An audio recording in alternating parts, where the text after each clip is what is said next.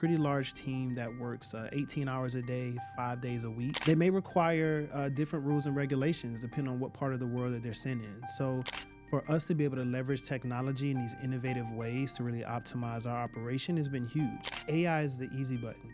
You may not have to deliver it, you may not have to develop it, but at least understand it. What's going on, Microsoft Dev Radio? This is Omar, and I've got a very special guest with me here. I'm going to let him introduce himself. So my name is Kevin Cheney. I'm a director of marketing here at Microsoft. So I lead the Global Demand Center's Intelligent Automation and AI Delivery team. So I work with the team of developers offshore, onshore, really focused on how we integrate Microsoft products such as Power Platform, Azure into our delivery model, really designed to help make our marketing operations process more efficient. Looks like we covered some good bases there. We got some automation, some AI, and all of them are prepared with Azure. Stay tuned to hear more about that. Can you tell us a little bit more about your background, how you got here, what you went to school for, certifications, anything like that? Yeah, so my background is in business. I went to Georgia Tech. I also went to Georgia State. I got a master's in information systems. So my interests have always been around technology, thinking about how we use technology not only to solve problems, but to help businesses be more competitive. And so what I find now in today's world where having technology used to be an advantage, but now everybody has it, it's more around the strategy of how you use it to be more effective. So background, I spend a lot of time doing consulting, looking at businesses' overall strategy, looking at their operations, how do we optimize the way they do work, and then also how do we look at different ways to innovate to help make businesses operate more efficiently, looking at their processes, looking at technology, and then also understanding how we leverage data to help it be more effective. I think it's interesting that you said that because a lot of people don't know that business and technology go hand in hand.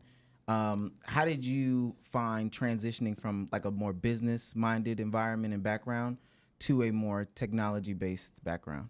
So I found myself in a role where from the business aspect, we're looking at ways to optimize, ways to reduce costs, ways to increase revenue. And just as a part of this exercise, we often identify areas for opportunity. One of those opportunities tended to be automation. So it didn't matter how many businesses I looked at, what their strategy was, there was a ton of waste just in our processes. So from there, just learning how to integrate this into the day-to-day part of the business, but then also having a good understanding of where the business had challenges and thinking of innovative ways to help change them. Okay, that's interesting because Microsoft has a plethora of different products that can help you, reduce costs, be innovative, all those things of that nature, and especially Azure and the platform that it is. So I find where that tracks, that's pretty consistent. Can you tell me more about your role at Microsoft? Yeah, so my role is to set the vision and the strategy for my team within a global demand center. So when you think about intelligent automation, you think about artificial intelligence, you really want to understand ultimately what business goal are you trying to solve. So typically when we're looking at a marketing operations perspective, which is where this team sits, we're looking at how do we help the business save money. So part of the vision and the strategy that I hope implement is really understanding our customers' problems and challenges and thinking of more innovative ways to solve them. So you talked about your team and making a vision for them, but can you tell me more about that team, maybe some of the makeup of them? Because like I said, you come from a business background, and that's much different than what a lot of people would say is the traditional route to get in these positions. So can you tell me more about your team? So my team consists of a pretty large amount of resources that are spread on and offshore. My onshore resources are really responsible for engaging with the customers, understanding our current process as it sits today, even helping to design the solution for where we want to go in the future.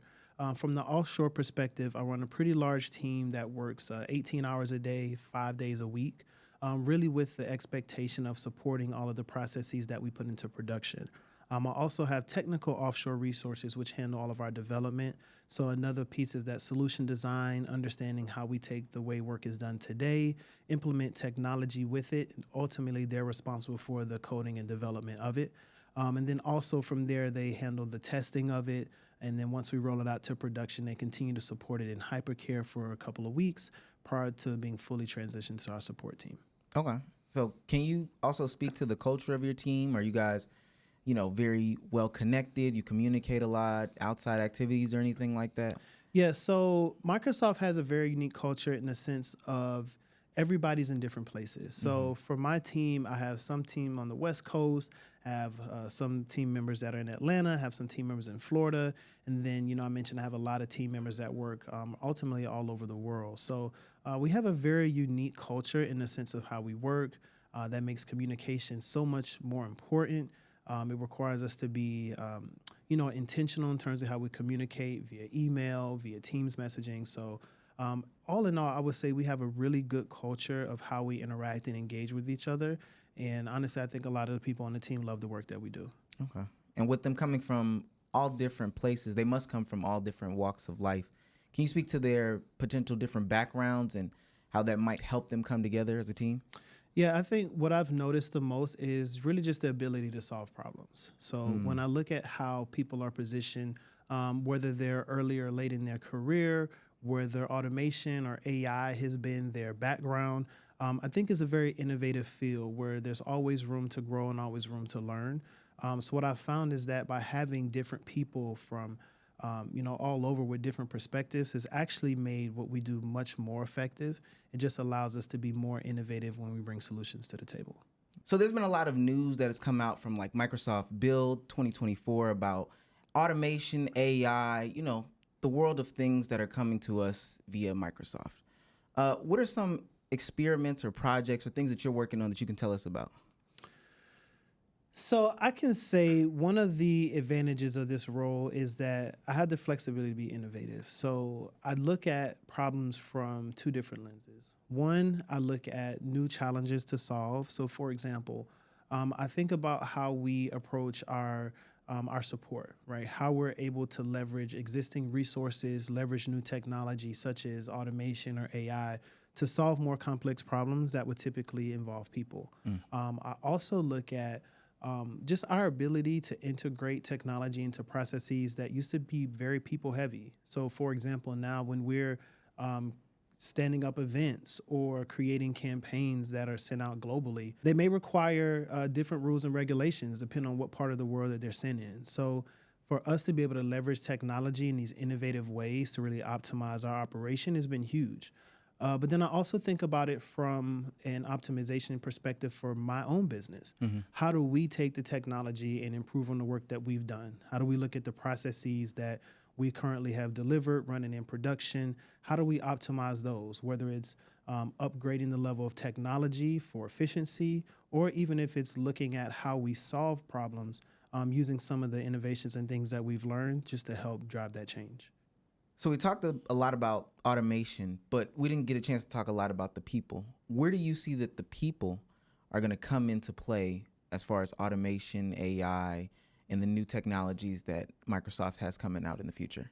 The people are very important to me in my role. And when I think about the impact of the work, I try to look at it from a value perspective. So if I'm able to help reduce redundant tasks or reduce time consuming tasks, my goal is to find ways to give that back to the people. So ultimately, if we're making their roles more efficient, we can think about how we add more value back. So typically with automation or even implementing things like AI, right, we're improving processes. So there's a couple ways to do that. One, we can do more work with the same amount of people, so we're able to scale. Or two, we're able to do more innovative work with the same amount of people as well. So we're able to take the technology, maybe do work that people used to do, and then now we're able to have our people do more thought-based or strategy-based tasks that I think is very important just to help grow the business. So for me, that provides more opportunity for thought and discussion and just areas for innovation from people who know the process better than someone else would, even coming from the outside. Okay. That's good. Yeah. And when I think about the people involved in delivering the process, I think it's a very innovative industry to be in right now. So I would encourage people to learn as much about it as you can. Just because as technology grows, there's going to be more opportunity. So when I think about even like a business analyst, being able to understand the day-to-day processes of how people work, even a developer, being able to maybe learn new skill sets. So I always look at automation as a tool on a tool belt. When you look at your tool belt, you have all these different pieces that ultimately help you complete your task. Intelligent automation may be one, artificial intelligence may be another, machine learning, right? You start to combine these technologies together and they're so much more powerful. And so I tend to give the same advice to people when we're talking about a career or a learning perspective. Understand not only just how things work, but think of how you can implement them in ways just to help make things more efficient. All right, so you actually brought up a point that's going to lead me into my last question. So let's take it back to young Kevin. We're 18, we're 20, we're 22, 24, and we're trying to get into AI, technology, automation, Azure. We're trying to get into something that the future, will pay us dividends on. How do you start that? Where do you go? What resources do you tap into? That's a really good question. So my advice to people who are getting started or early in their career is just to try new technologies. So I like to give examples. For me, my background being in business, automation was just an opportunity for me. Once I really learned how to identify opportunities for efficiency and automation kept becoming a topic, then to me that was a sign like, hey, maybe I need to learn more and invest more time here. Ultimately, I found myself in a role where I was leading this initiative for an insurance company. We were looking at processes globally, and that wasn't in my perspective at all when I thought about my future career. So that was just so important to me and just a really good learning lesson that there's a lot of opportunities out here if you just try different things. Interestingly enough, in this story, I actually got moved to a team to learn automation and ultimately roll that out, and that changed my career. So it wasn't even a thing I was looking for, but I just found myself curious enough about the technology to learn more about it, to want to develop it and want to deliver it. And just learning it from a technical standpoint as well as just a strategical standpoint has been very important and vital in my career. So I would just encourage people to do that. Learn as much as you can, especially right now, right? AI is the easy button. You may not have to deliver it, you may not have to develop it, but at least understand it. Help businesses understand where this could apply, how I can use it to be more efficient, and ultimately what problems it can solve. And I think that can really be a gateway into whatever's next in your career.